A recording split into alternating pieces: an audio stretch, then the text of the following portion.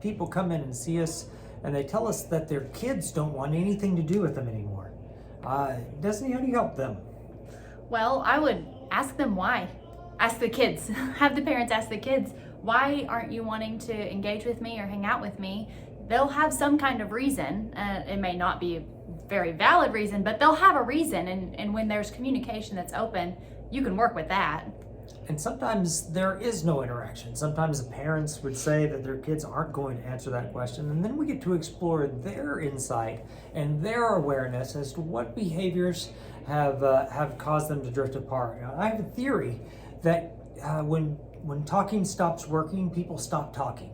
And so maybe the kids have been saying something. Maybe they've been trying to send a message that what you're doing is causing them a problem. I'm not saying they're right. I'm not saying they're wrong, but I'm saying that usually if people stop talking, there's a reason why. If kids feel heard, they're more likely to want to work and engage in whatever conflict is happening. And so if you can keep that line open and you can, even if the child is wrong, you can still work with that and you can reason with them and there's engagement there. If you're looking at it and it becomes clear that communication isn't about to open, you have lots of opportunities there. I believe there's a message to be given, and you can consider what your role was in what went wrong. If you're the parent in this situation, for you to be in a rift like this with your kids and to not pick up on what you could have done differently or what needs to be adjusted would be an unfortunate thing. Even if you are mostly right, what could you have done differently? Sometimes time is an ally. Also, if you can't communicate in person and you can't communicate on the phone, there are lots of other ways to communicate out there. They used to have these things. They would take paper and they would write on it, and then they would fold it up and they would put a sticker on it and they would throw it in the mail. There's lots of ways to get things started. What I would say is be very intentional in the message that you're wanting to send, because sometimes when you're hurt, sometimes when you're angry, that text message that says, hey, pay attention to me, might not be received the way that you would want it to be, or that letter, even that phone call. Take your time, especially if they're already not talking to you. There's no reason to jump straight into an emotional response. It's also important to know that communication also involves a listening side.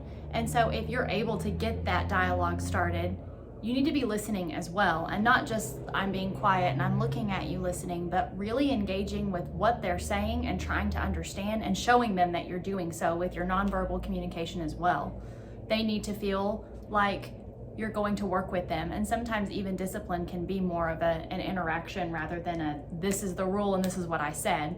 And sometimes it does need to look that way too, but these interactions are very different. If you're dealing with minors, you are the boss. You are in charge. You get to say it. If you're dealing with adults, you are no longer the boss. And if you are judgy, if you are holier than thou, if you are unable to be approached, then they're going to stop approaching.